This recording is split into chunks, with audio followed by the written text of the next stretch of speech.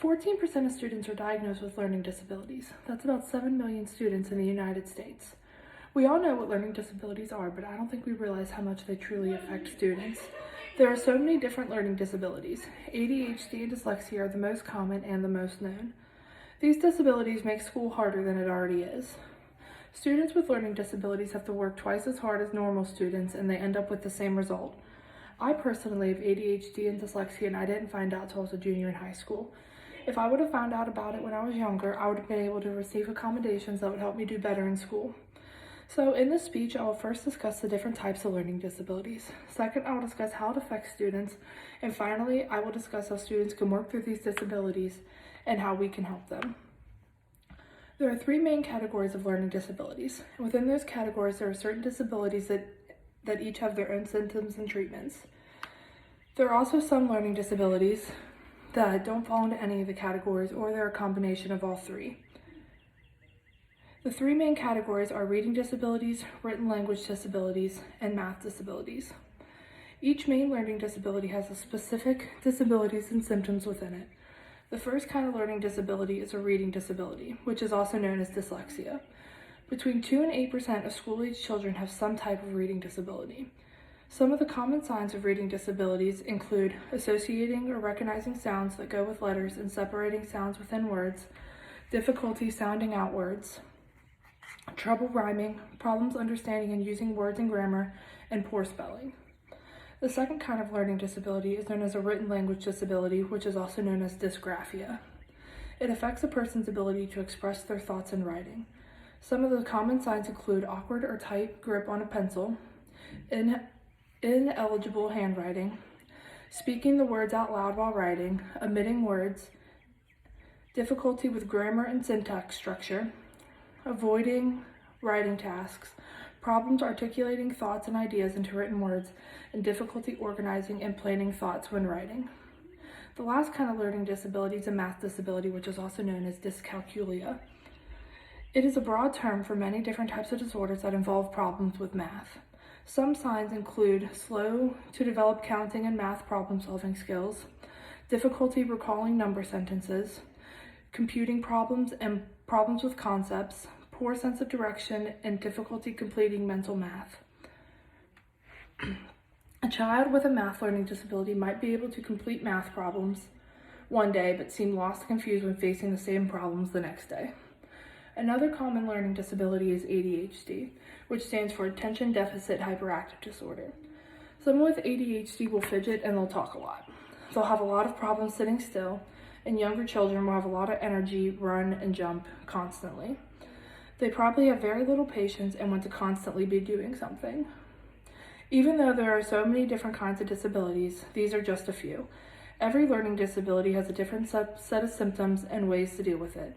That being said, every disability also affects everyone in a different way. Learning disabilities affect students in a huge way. Students with dyslexia have trouble reading and retaining information that they read. They mix up certain words, phrases, letters, and symbols. The symptoms of dyslexia and the way that it affects you can change throughout the different stages in your life.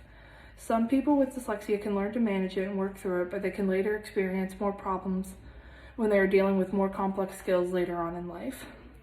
People with dyslexia also have trouble when it comes to basic language skills, like talking or even just having a conversation. They could have been exposed to high-quality language skills at home and in school, and they can still struggle with these basic concepts. They have trouble expressing themselves, and they struggle to fully comprehend what people are saying to them. This can lead to problems in the workplace, cause major issues in school, and cause problems when it comes to relating to other people. Students with dysgraphia have trouble writing. It includes poor handwriting, spelling, and putting their thoughts down on paper. Students who are diagnosed with dysgraphia are typically also diagnosed with another type of learning disability. Most common, this other disability is ADHD or dyslexia. Dysgraphia affects a person's fine motor skills, which is any small movements that you do like writing. We also have gross motor skills, which is big movements that we do like walking.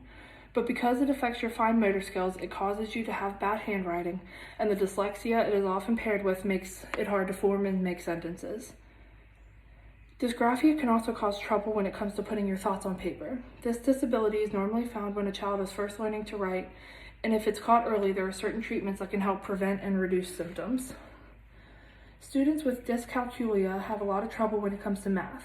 They have the inability to retain math skills, the struggle to understand simple number concepts, and they have trouble learning number facts and procedures for math problems.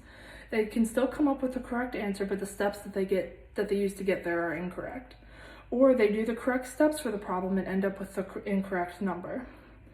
They can mix up the numbers and they end up with the incorrect answer.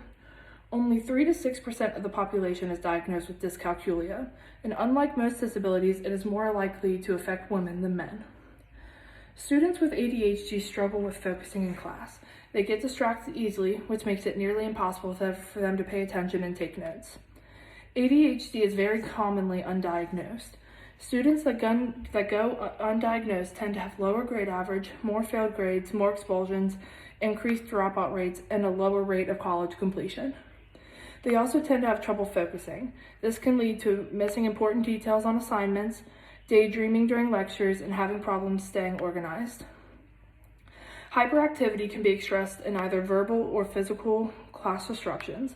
They make impulse decisions, which can lead to careless mistakes, not fully thinking before they speak, and only wanting to participate in activities that are interesting to them. Learning disabilities affect every single person in a different way. There are hundreds of combinations of symptoms, and you could have any one of those combinations. But with each symptom, there are a variety of treatments that go along with it. You just have to find the one that's right for you.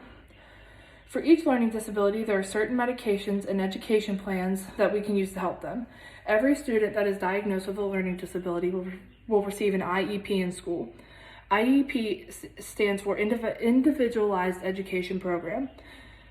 An IEP is basically a map that plans out the instructions for your special education. An IEP must include the child's current academic abilities, their annual goals, a description of how the progress of meeting their goal will be measured, the services and aids that they will be receiving, the modifications and accommodations that will be used, an explanation of the content, and the date when goals need to be completed and when the services begin. There are no IEPs in college. Students in college can still get disability services, they just don't get a specialized education plan. Most college students will try to still closely follow their IEPs from high school because they know that it works for them. They typically tend to do this on their own, even though they are no longer being closely monitored in school. Each child that has an IEP will have certain accommodations and modifications that a teacher must follow in the classroom. An accommodation changes how the student learns or explains the material, and a modification changes what the student is taught or what they're expected to learn. Some examples of accommodations would be extended time on tests and taking all their tests and quizzes verbally. An example of a modification would be if a teacher gives an assignment for English and they're supposed to answer 15 questions, you shorten it to 10 questions for the student with the IEP. Or if you're reading a class book and giving assignments on it and you know a student has a really hard time comprehending, you can give them a completely different book and questions that are more on their level. There are also some medications that you can take depending on the disability, but really the only disability that can be treated with medication is ADHD. The most common medication is Adderall. It calms you down and helps you focus, but it also wakes you up. So while learning disabilities have no cure, if it's caught early on, you can find ways to cope with it. The longer it takes to diagnose, the harder that it will be to find something to help you. Learning disabilities can usually be diagnosed by the time a child is 7 or 8. You can start to notice signs and symptoms within the first 2 years of schooling.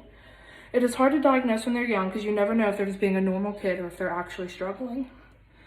So today I discussed the different types of learning disabilities, then I discussed how it affected them, and then finally I discussed how students can work through their disabilities and how we can help them. There are many different kinds of learning disabilities and that they can affect students in many ways, but there are also many ways to cope and deal with these disabilities. There are so many people that are affected by learning disabilities every day. It not only affects your schoolwork, but it also affects your day-to-day life. It affects your workplace and your constant human interactions. Dealing with learning disabilities can be difficult because there's a lot of work that goes into dealing with it. Everybody handles it differently. People with learning disabilities can still succeed. They just have to work hard and find a solution for them and work even harder to maintain that solution. Hard work will always pay off in the end.